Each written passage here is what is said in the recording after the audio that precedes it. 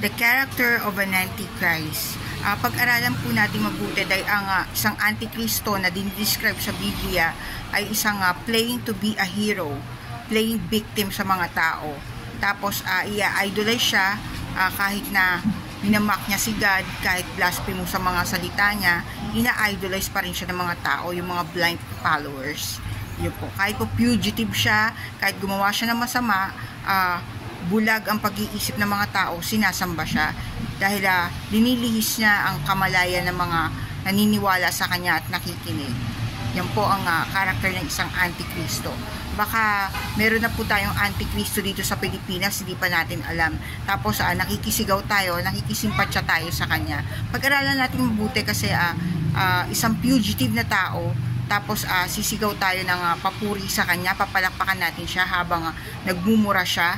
Yan po. Pag-aralan natin mabuti kung nasang kaninong side tayo para malinawan nating maigi ng ating kamalayan, ng ating pag-iisip kung nasa wasto pa ang ating pinaglalaban, kung tayo ay nasa katwiran.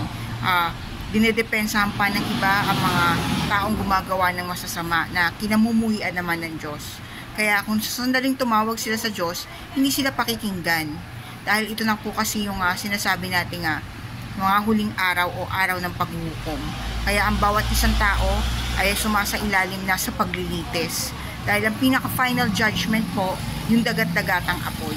Kaya wag po sana tayo mapasama dito sa mga taong to na nakikikampi pa po dun sa mga taong gumagawa ng masasama. Wag na pa pong iyahanin tulad ang isang tao sa isang tao na gumawa na mabuti sa ating bayan. Sasabihin natin na kapag namatay ang aking tatay, kagaya siya ni Ninoy Aquino na bayani, parang ang layo. Isang fugitive ihahambing mo sa isang senador na gumawa na mabuti sa bayan. Malayo ang description po.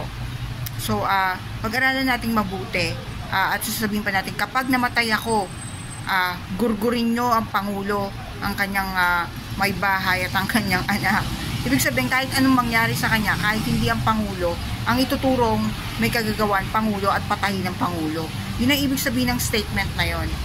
So yung mga taong naglilihis sa katwiran, binibrainwash ang mga tao. Ito yung mga tao na gumagawa ng labag sa kalooban ng Diyos.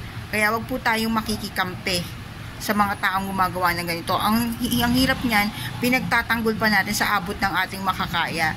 At ang sasabihin ko sa inyo, the more na pinagtatanggol nyo sila, the more na ihahayag kayo ng Diyos sa inyong mga kagagawan at ibibilat kayo sa kahihiyan.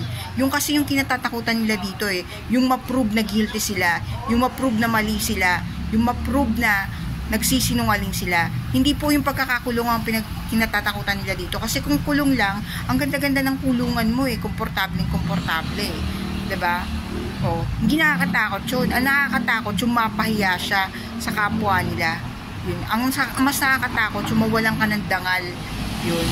Betrayal of public trust, crime against humanity. Yun ang mas nakakatakot pag na-prove kang gumagawa ng mga bagay na ganon. Kaya po, pag-isipan natin at pag-aralan natin mga mabuti, mga kababayan, kung nasa side tayo ng katwiran, baka mali na yung pinaglalaban natin.